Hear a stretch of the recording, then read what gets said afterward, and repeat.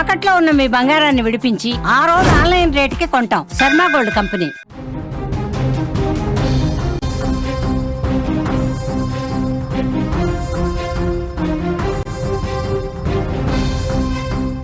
Breaking news చూస్తున్నాం.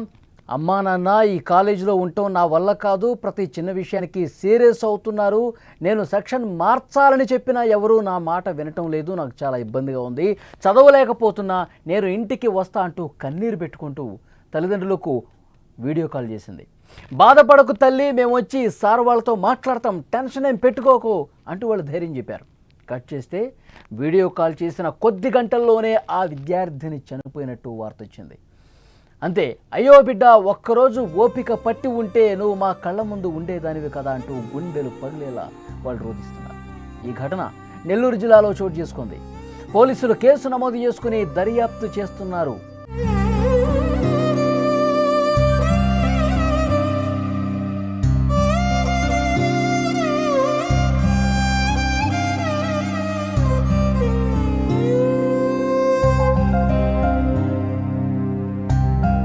సత్యవేడు మండలం అక్కడ రాచపాలెం గ్రామానికి చెందిన తిరుమలయ్య వేదవతి దంపతుల కుమార్తె 16 ఏళ్ల హేమశ్రీ 10th 550 మార్కులు సంపాదించింది. ఈ ఏడాది జూన్లో ఇంటర్మీడియట్ ఫస్ట్ ఇయర్ ఎంపీసీలో చేర్పించారు.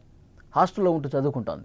హేమశ్రీ ఈ మధ్యనే కాలేజ్ యాజమాన్యంతో తనకు చదువు విషయంలో ఒత్తిడి ఎక్కువైందని సెక్షన్ మార్చాల్సిందిగా విజ్ఞప్తి చేసింది. ఈ విషయం గురించే శనివారం రాత్రి తల్లిదండ్రులకు కాల్ చేసి బాధపడింది. తాము వచ్చి ప్రిన్సిపాల్తో మాట్లాడతామని వారు చెప్పారు. కానీ ఇంతలోపే ఈ ఘోరం జరిగిపోయింది.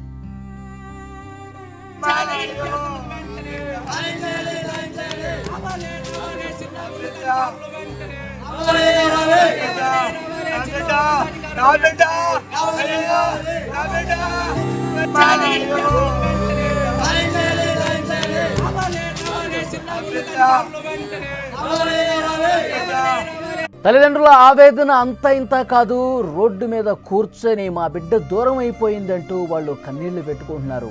ఇది చూస్తున్న వాళ్ళందరూ కూడా చాలా బాధపడుతున్నటువంటి పరిస్థితి. వీడియో కాల్ చేసిన కొద్ది గంటల్లోనే కాలేజీ నుంచి మీ అమ్మాయి ఆరోగ్యం బాగాలేదు, హాస్పిటల్లో చేర్పించామని ఫోన్ చేశారు.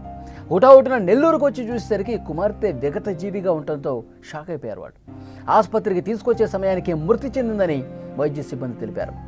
ఫోన్ కాల్ తర్వాత హేమశ్రీ బాత్రూమ్కి వెళ్ళి అక్కడ చున్నీతో ఉరివేసుకుని ఆత్మహత్యకు పాల్పడింది. బాత్రూమ్ శుభ్రం చేయడానికి వెళ్లిన స్వీపర్ వెంటనే కాలేజీ యాజమాన్యానికి సమాచారం అందించింది. హేమశ్రీ ఉరివేసుకుని ఆత్మహత్య చేసుకున్న విషయాన్ని ఆమె తల్లిదండ్రులకు కూడా చెప్పా పెట్టకుండా గుట్టుగా కాలేజీ యాజమాన్యం దాచేసింది. ఫోన్ స్విచ్ ఆఫ్ చేయటం, కాలేజీలో విద్యార్థులను ఇంటికి పంపించేయడం జరిగింది. హేమశ్రీ మెడ భాగంపై కమిలిన గాయాలు ఉండటంపై తల్లిదండ్రులకు అనుమానం వచ్చింది.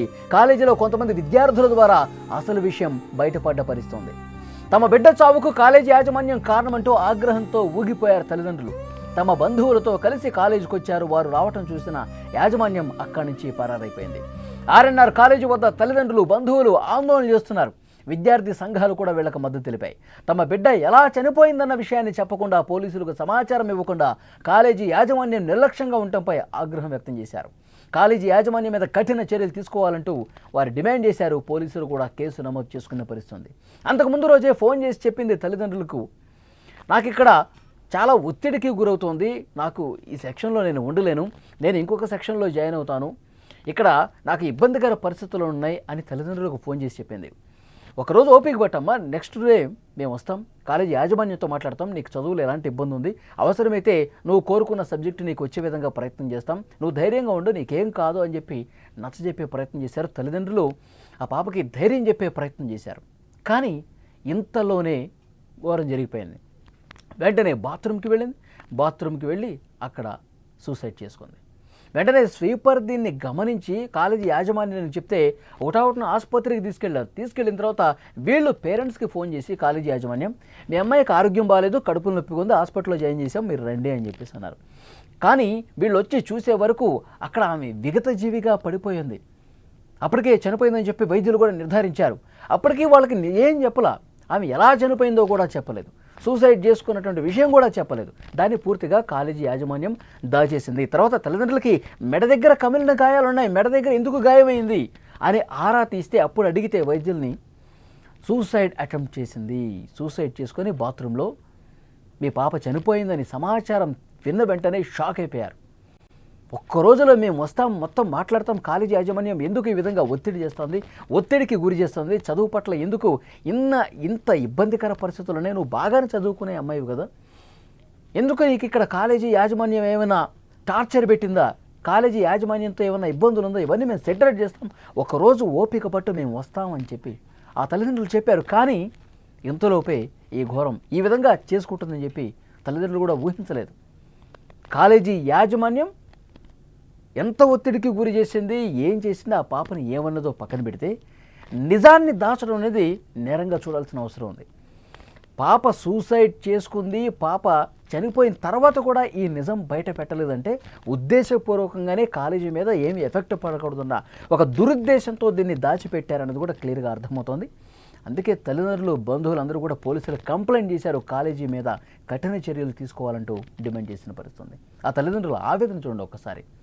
అమ్మా నాన్న, ఈ కాలేజీలో ఉండటం నా వల్ల కాదు, ప్రతి చిన్న విషయానికి ఇక్కడ నాకు ఇబ్బంది ఎదురవుతుంది, ఇక్కడ లెక్చరర్లు కావచ్చు, ఇక్కడ పాఠాలు చెప్పేవాళ్ళు సీరియస్ అవుతూ ఉన్నారు, నేను ఇక్కడ చదవలేను, కనీసం నా సెక్షన్ అన్నా మార్చండి అని చెప్పి ఆమె వేడుకుంది.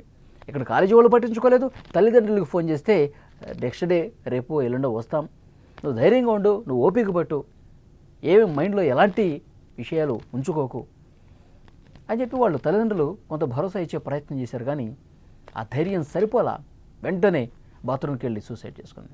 కానీ కాలేజీ యాజమాన్యం ప్రవర్తన ఇప్పుడు చర్చనీయాంశమైంది. కాలేజీ యాజమాన్యం మిగతా విద్యార్థుల పట్ల ఏ విధంగా ఉంది, అక్కడ విద్యార్థులు ఏమన్నా ఈ యాజమాన్యం పట్ల వ్యతిరేక భావంతో ఉన్నారా, ఎలాంటి టార్చర్స్ పెడతా ఉన్నారు, ఇవన్నీ కూడా ఇన్వెస్టిగేషన్లో బయటకు వస్తాయి. పోలీసులు దర్యాప్తు ప్రారంభించారు. కాలేజీలో ఉన్న వాళ్ళని, ఈ పాప ఫ్రెండ్స్ని, అలాగే తల్లిదండ్రులు అందరినీ విచారిస్తూ ఉన్నారు. వాస్తవాలు త్వరలోనే బయటకు వస్తాయి.